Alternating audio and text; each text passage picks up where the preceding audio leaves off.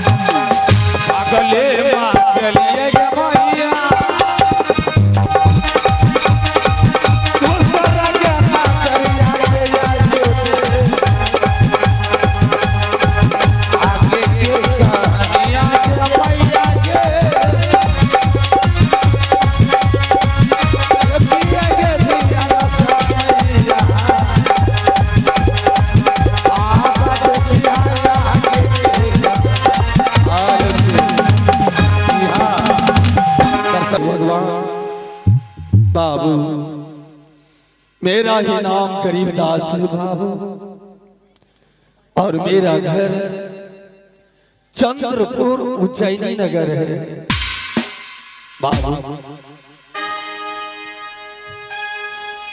इस समय गाड़ी का पहिया है बाबू, क्योंकि एक समय में इस राज का राजा था और आज देखिए मेरा दशा क्या है बाबा। मैं जब नगर बस्ती भिक्षा रटन को चलता हूं बाबू, भीख मांग करके जीवन बसर करता हूं। और एक मैं ही नहीं बल्कि मेरे झोपड़ी में एक पुत्री है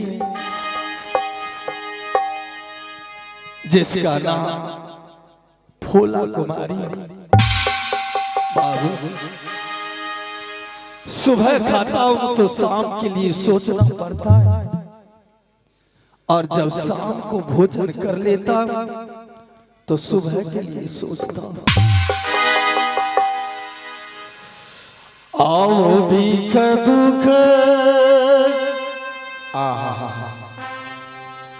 मानिक हो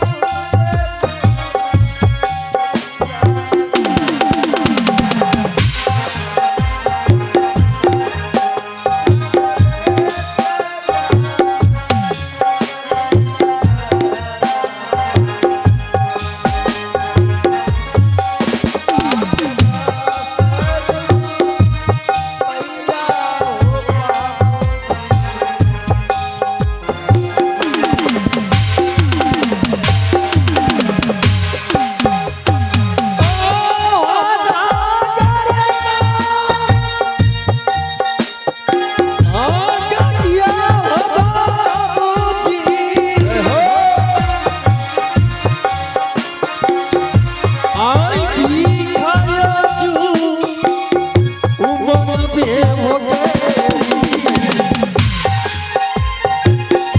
ईश्वर आई भिखाया जू उमर में हो भैया सा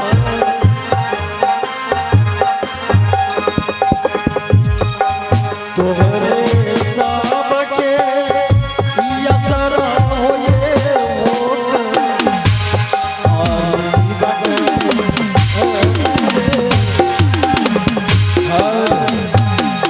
बाबू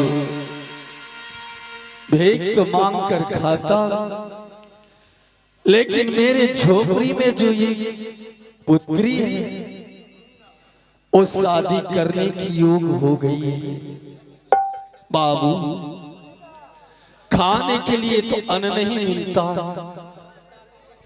पहनने के लिए वस्त्र नहीं मिलता है, और मैं पुत्री की शादी कैसे करूंगा बाबू, कैसे करूंगा। हे ईश्वर क्यों मेरा इस धरातल पर जन्म दिया प्रभु,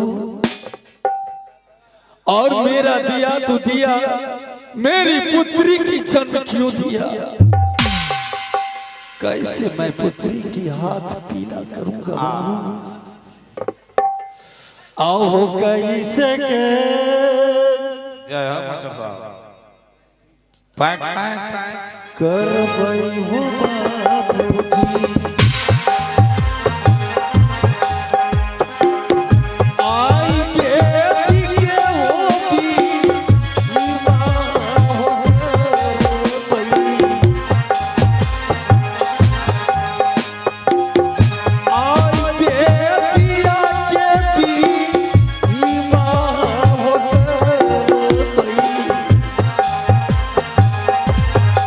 नाई देखिए कोनो ना हो पाइए।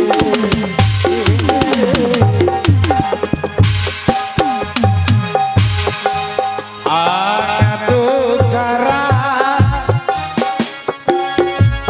अतिया यो बाबूजी आ माओसा मतिया करनी ना हो ओ कके होगा रनवा हो चालो ना जाए सही ना हो।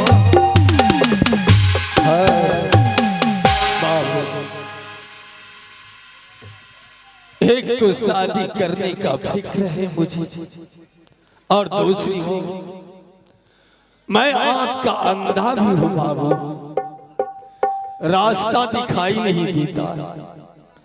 किसी तरह नगर बस्ती में भिक्षा मांग करके अपना जीवन बसर करता। घूमिए का देखिए के मैया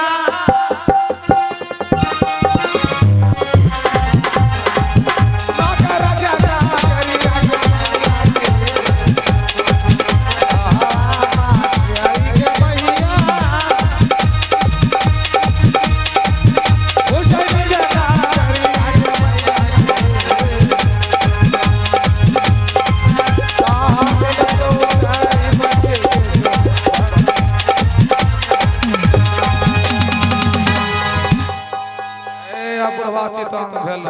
हे भगवान बुढ़बाग धोती हो घर ले कौन है रे बाबा।